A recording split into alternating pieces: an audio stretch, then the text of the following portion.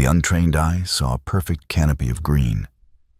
I smelled the problem first: damp, sour earth, and standing water trapped where roots should breathe.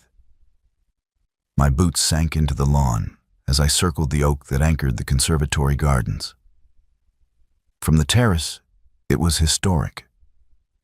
On the ground, it was 2 tons of wood on wet footing, waiting for a gust that didn't care about donor money.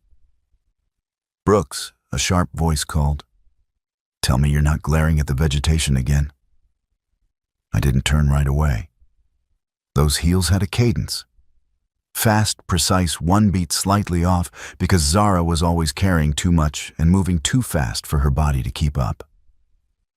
Zara stepped into view with a clipboard locked in both hands. 10 feet away, she looked polished. Up close, the fatigue showed shadow under both eyes, concealer packed heavy near the corners, a fine crease at her mouth she kept smoothing like she could erase it. Her fingers tapped the metal clip until it squeaked. "The ground is saturated," I said, nodding at the oak. I knelt and pressed my fingers into the soil. Water shimmered up around my knuckles. The drainage lines from the 20s collapsed. Roots are sitting in soup. One heavy storm, the soil shears and the root plate shifts. Her jaw clenched. She didn't blink, but her grip loosened a fraction and her shoulders dropped a single inch like she'd finally let herself breathe. "We have 3 weeks until the Midsummer Gala," she said. "Mayor Donors press. And Kennedy Foster," I added, because pretending she wasn't the pressure was a lie. Zara's eyes flicked toward the admin building. The tiniest flinch. Confirmation without words. "She wants the gala to be perfect," Zara said carefully, like naming a storm without inviting it closer. "No," I said. "She wants control. If the gala fails, she can blame you, replace you, and pick someone who owes her." Zara's mouth tightened. Her pen hovered, then stopped. That was the moment I understood the 3 truths that mattered. Why she was here, because her job, her funding, and her reputation were tied to this place. What the opponent wanted Kennedy wanted the conservatory under her thumb. Why I was involved, because if an old oak drops a limb on a crowd, it doesn't just crush bodies, it crushes careers. "You hired me because I don't lie," I said.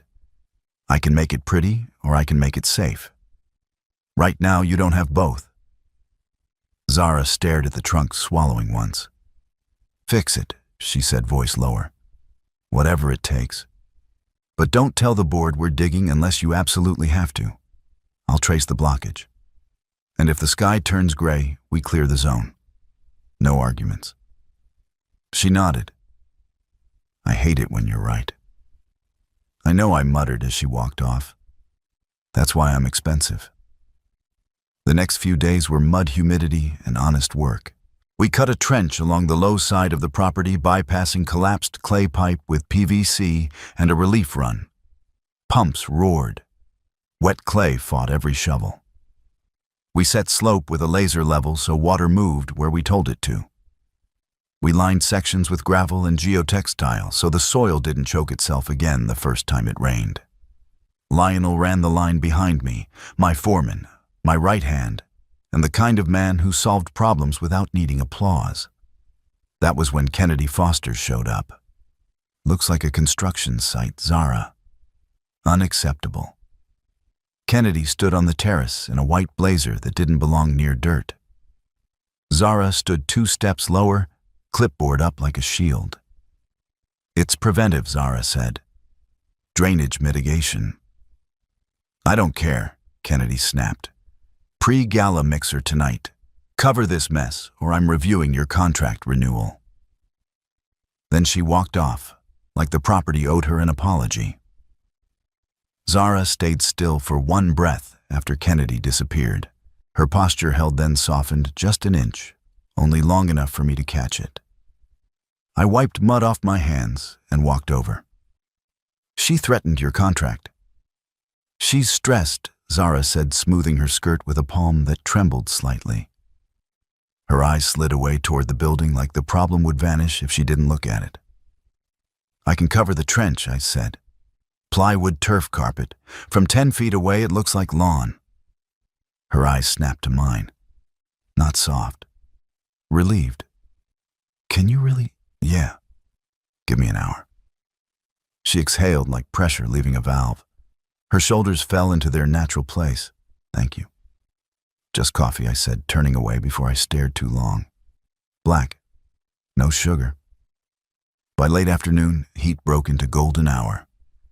I was testing pressure on an irrigation line near the rose garden, the hose heavy in my hands, mist glittering in the sun. The admin door opened. Zara stepped out in a red dress. Simple. Clean. Low enough to show collarbone, not enough to be a statement. Hair pinned up a few strands loose like she'd fought it and lost. She checked her reflection in the greenhouse glass, smoothed the fabric once, then saw me, boots, caked shirt dark with sweat, and soil hose in hand like a weapon. She offered a tentative smile. Do I look okay? I have a date? I took her in like I'd taken a job site details first.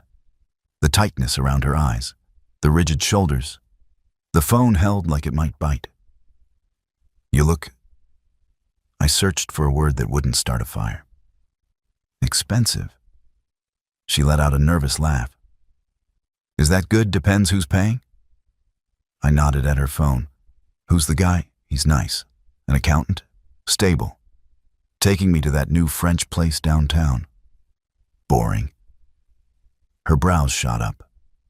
Excuse me, you're not a French restaurant woman, I said. You're a tequila in a dive bar woman who pretends she likes French restaurants. Her arms crossed, but the smile stayed. And what would you know, I observe things. It's my job. She rolled her eyes. I can't be late. I just wanted to make sure I don't have mud on my hem. She turned to go. The impulse hit reckless, unprofessional, clean as a knife. I squeezed the trigger. A fine mist erupted, arcing into a shimmering wall between her and the gate. Sunlight caught it and threw a sudden rainbow across the lawn. Zara gasped and jumped back, hand up to protect her hair. Brooks, I kept it fine. Not soaking. Just enough to block her path. I bet I can make you stay here, I said. You're going to ruin my dress. Water dries, I said, angling the mist higher so it cooled the air more than it touched fabric. Bad dates last forever. Her eyes narrowed. You're insane. I'm necessary. I shut the water off. Silence snapped back. I stepped closer, stopping just outside her space. Her perfume cut through wet earth, vanilla, and spice. We have a problem, I said. We always have a problem. Storm fronts moving faster, I said, nodding at the bruised sky. If we don't secure the south rigging tonight, the oak sheds a limb. If that happens during the gala, someone gets hurt. And if someone gets hurt, Kennedy gets exactly what she wants. Zara's gaze sharpened. You think she'd let that happen? I think she'd use it if it did, I said. Either way, we don't give her the chance. She glanced at her phone, thumb hovering. Then she looked past me to the oak, and her focus snapped into place. You want me to help? She said. I need eyes on the ground, I said. Cancel the date. Order pizza. Hold the light. She stared at me like she was deciding whether I was the kind of man who disappeared when it mattered. Then she tapped her phone. Canceled, she said. If I get mud on these heels, I'm sending you the bill. I'll carry you over the puddles, I said, and meant it. We worked until midnight. Before she came back outside, she changed like she was stepping into a different life. She reappeared with her hair pinned tight, her sleeves rolled, and a small first aid pouch tucked under one arm. She didn't announce it. She just set it on the tailgate beside my binder and snapped it open like she'd done it 100 times. Cuts, splinters, cramps, she said. Don't argue. Yes, ma'am? She handed me a strip of athletic tape without looking up. My knuckles were raw from wet rope. She wrapped the tape with quick, efficient turns, then pressed her thumb over the end to seal it. That's not your job, I said. It is if I'm the one who asked you to keep this place standing, she replied, voice quiet. And because I'm not going to watch you bleed on my lawn. The words should have been bossy. They came out protective. I glanced at the oak, then at her. You don't have to be out here. Zara slid a spare headlamp across the tailgate. If I go inside, Kennedy gets to say I left you to clean up the mess alone. If I stay, she can't rewrite the story. Opposing goal plain as daylight, Kennedy wanted control of the narrative. Zara refused to hand it over. Zara clipped the headlamp on my harness and checked the buckle with a firm tug. Secondary clip, she reminded me. I met her eyes. You really don't like gambling. I like controlled risk, she said. The kind you can measure. I almost smiled. She stepped back, then held up the flashlight. Tell me where to stand. 3 feet left. Keep the beam on the rope and the anchor point. If you see fray or slip, you call it. Loud. Yes, sir, she said, and there was heat in the obedience, not weakness. Then she did the one thing that mattered most. She looked straight at me and gave a small nod, steady and deliberate like a green light that didn't need words. It made my chest go tight. I turned away before I did something stupid and climbed back into the canopy. Zara clipped her hem up with binder clips, kicked off heels, and pulled on spare rubber boots. The sight of a red dress, Wellington boots, and a high-powered flashlight under the oak was ridiculous in the best way. Lionel and my crew handled the ground. I handled the canopy. Zara handled me. Tension is good on the left line, she called, standing with her boots planted in wet grass, flashlight pinned to her shoulder like a tool, not a prop. Locking it off, I shouted hands, moving carabiner anchor, torque, check secondary. I shifted my weight, tested the line, listened to the steel hum. No slack, no overtension, just right. A gust hit. The branch swayed. My harness bit. Zara's beam tracked me instantly. You're clear on your right, she warned. Your rope's brushing the bark. Copy, I said, adjusting the line so it wouldn't scuff the cambium. When I rappelled down, my forearms shook. Zara stepped in close, popped a water bottle cap, and held it up so I didn't have to fight my own hands. Then she dabbed sweat off my temple once with a clean towel, quick, careful, like she refused to make it romantic. Don't look surprised, she said. I'm not. You are, she insisted, eyes bright in the work lights. Drink, I drank. Cold water hit my throat and dragged my heartbeat down. She didn't step away after. She stayed close enough that I could feel her breath on my neck when she spoke. If you fall, she said quietly, I don't know what I'd do. My jaw tightened. I'm not falling. That's not an answer, she said, and the flashlight beam didn't wobble. Promise me you'll clip your secondary before you move. The woman who ran $1 million gala was ordering me like she ran a site. I respected it. I promise, I said. Her shoulders eased. Just a little. Tree's safe, I said, when the last lock was set. For now. Thank you, she said, softer than the night deserved. There was dirt on her cheek. I lifted my hand, then stopped an inch away. May I? Her breath hitched. She nodded once, steady. I wiped the dirt away with my thumb. Warm skin, rough thumb. The contrast felt like a confession. You should go home, I said, voice gravel. Before I forget, I work for you. Okay, she whispered.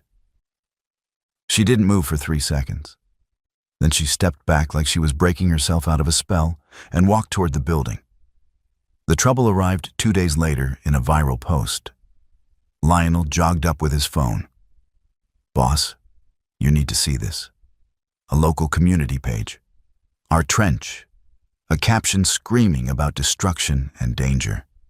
Comments piling in. People tagging the mayor. People demanding the gala be canceled. Who posted it? I asked. Anonymous, Lionel said. But the photo angle is from the admin terrace. That's staff only. Across the lawn, Kennedy Foster was already marching toward Zara with a tablet like a weapon. I reached them as Kennedy raised her voice. Donors are pulling out, Zara. They think the venue is a death trap. It's a rumor, Zara said. Brooks secured the oak. The trench is temporary. I don't care what your handyman says. Kennedy gestured at me without looking. I called the city safety inspector. Bill Miller. He's coming this afternoon. One code violation we shut down. Kennedy walked off like she'd already won. Zara stood there, vibrating. Not tears heat. She can't do that, I said. She just did, Zara said. Bill Miller is by the book. He'll see mud and cables and pull the permit to be safe. Not if I show him math, I said. Lionel's voice went low. Boss, that post didn't come from outside. Zara snapped to him. You can prove it? Lionel nodded. Digital footprint. If it was sent from inside, the network remembers. Zara didn't hesitate. Come with me. She got us into the IT closet and security office the way competent people do, fast, quiet, with keys and authority. Lionel pulled router and firewall logs and matched the post's upload minute to a static internal IP assigned to the president's office. He matched the device MAC address to a registered tablet on the asset sheet, Kennedy's. Security pulled door access logs showing Kennedy's badge entering that office in the same window. Then, the camera still Kennedy in the corridor, holding the tablet in her left-hand timestamp glowing in the corner like a signature. Lionel printed it all. Network log, asset record, door log, camera still. Then he stapled it into a packet and slid it across the table to Zara. Zara stared at the pages. Her fingertips pressed into the paper hard enough to leave a slight bend. Police, she asked, voice tight. Not yet, I said. If we call the police now, Kennedy claims internal system error and turns it into a circus. Meanwhile, donors panic and the city shutters the event out of caution. We win this first, with process inspection board legal. Lionel nodded. And she can't erase everything fast. Even attempts leave traces. Zara's gaze turned into steel. Okay. That afternoon, we went to war with competence. Bill Miller arrived with a clipboard and an expression that enjoyed saying no. Kennedy hovered at his shoulder, like she'd hired him as decor.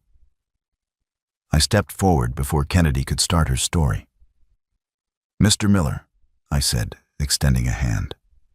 Brooks Morales, certified master arborist, license number 4920. I have the site safety plan load calculations and mitigation documentation ready. Miller blinked, then took the folder. We heard reports of instability, he said. Risk I corrected, which we mitigated. I laid it out like a field map. Failure mode here is soil shear from saturation, I said. Saturated soil loses shear strength. That's why trees fail suddenly, no warning creak, no dramatic crack. Just a root plate that slides. Miller's pen hovered. So we attacked the cause, not the symptoms, I continued. Layer 1 drainage relief. We established slope with a laser cut a controlled trench run, installed a gravel bed with geotextile and routed water away from the root flare, so the soil can regain structure. Layer 2 root aeration, I said, flipping to photos. We used an air spade, compressed air, no blade, to decompact without severing major roots. Then we top-dressed with biochar and organic matter to improve porosity. Here are the soil core readings before and after. Miller leaned in closer. You measured compaction. Because guessing gets people hurt, I said. Layer 3 load management, I added. Selective canopy reduction to reduce wind sail, then dynamic cabling, not static, dynamic. It allows movement but limits extreme deflection. Anchors are through-bolted with backing plates. Cambium savers prevent girdling. Cable rating is documented here. Miller asked questions, real ones: route plate radius, anchor placement, wind load assumptions, egress paths for guests if weather turns. I answered with numbers, diagrams, and process. Lionel pulled tape measures and verified distances without being asked. At the trench, I guided Miller onto Lionel's temporary wooden bridge. Not decorative, I said, stomping once. Load rated, 2,000 pounds distributed, cross-braced, galvanized fasteners, no protruding heads, no trip points. Miller crouched, checked the bracing, tugged a bolt. He stood and looked at the bridge again, like he didn't want to admit he was impressed. "This is solid," he said. Kennedy cleared her throat, but the optics Miller held up a hand without looking at her. "I'm inspecting safety, not aesthetics." He checked the trench slope, the barrier line, and the signage. He made me walk him through evacuation flow, where guests would move, where staff would route them, what the choke points were, and how the bridge and trench cover reduced hazard. When he finished, he looked at my binder, then at me. "This is Code Plus," he said, signing the permit. "Actually, it's better than most municipal work I see. Event is approved." Kennedy's smile twitched and then held like a mask. As they walked away, Zara exhaled like she'd been holding her breath since dawn. She stepped into me and wrapped her arms around my waist. It wasn't polite. Her fingers dug into my shirt knuckles, whitening. Her forehead pressed to my chest. Breath quick against fabric like her heart was still sprinting. I locked my arms around her and lifted her a fraction so she could rest her weight instead of fighting for balance. "You did it," she whispered. "We did," I corrected. "And we're not done." Gala night arrived with fairy lights threaded through oak branches and jazz drifting over the lawn. Zara moved through donors in a silver gown, smiling like her life depended on it. I stayed near the service truck in clean work clothes, watching the perimeter. "You're hiding," she said, slipping out of the crowd with 2 champagne flutes. "I'm monitoring." She handed me one. "Monitor this." I took a sip. Cold, sharp, dry. It cut through the smell of soil that still lived under my nails. "Kennedy is furious," Zara murmured. "Everyone loves the bridge. They think it's authentic." "People love anything with a velvet rope," I said. Zara stepped into the shadow with me, eyes steady. That night, the rainbow. "I'm not sorry," I said. Her mouth curved. Then she got serious. "I didn't go on the date," she said. "I didn't want a French restaurant. I wanted the man who keeps the tree standing." "Be careful," I warned.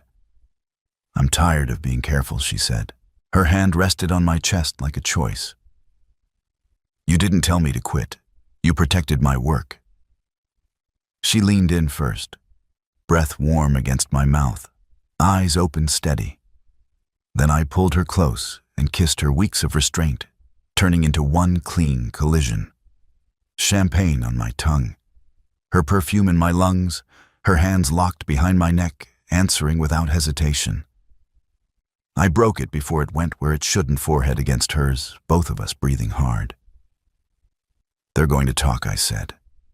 "Let them," she whispered. "Let them talk while we build the next bridge." Thunder answered like a warning.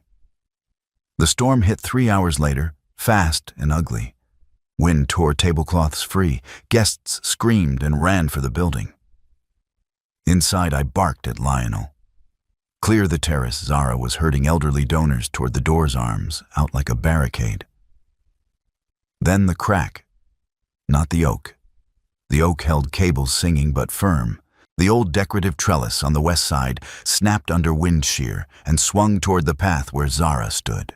Zara move, I ran and hit her like a linebacker arms, locking around her waist, driving her off the path and onto wet grass as the trellis slammed into the ground where she'd been standing.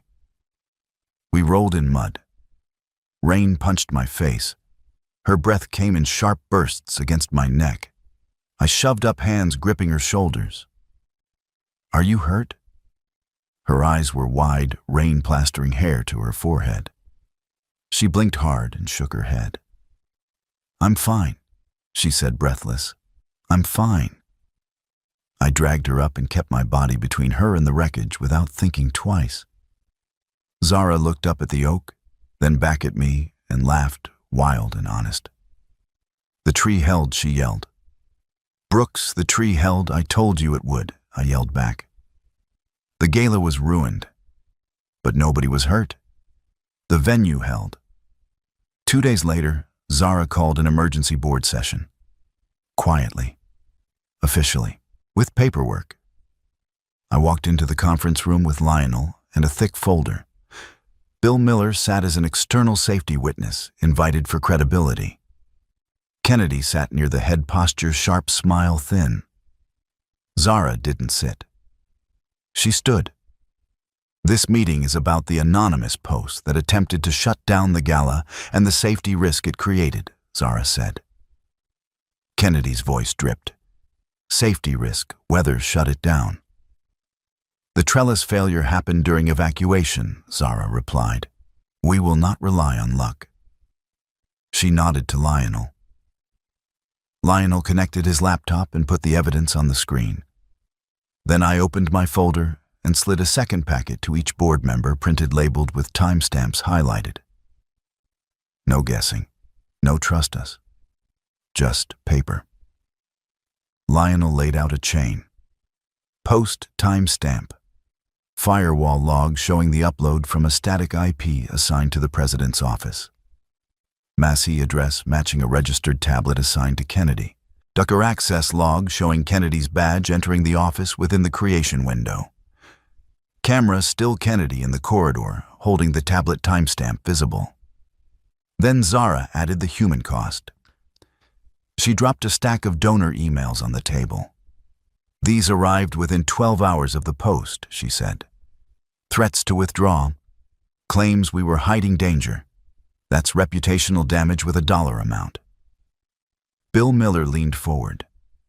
These are legitimate logs. They're produced by our security system and router, Zara said. Requested under safety protocol. Miller's jaw shifted. Then this is not speculation.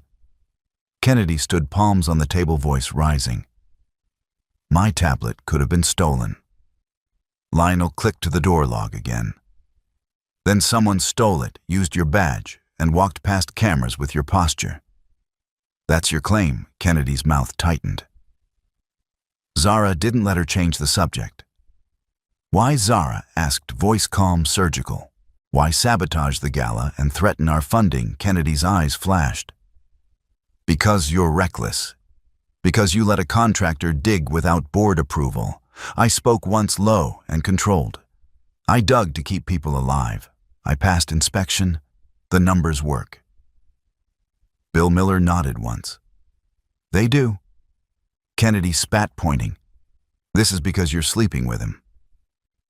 Zara didn't flinch. She didn't apologize. She didn't fold. My personal life is not on this agenda, Zara said, eyes steady. Safety and funding are. If anyone doubts my judgment, read the inspector's report and show me where the math lies. Silence.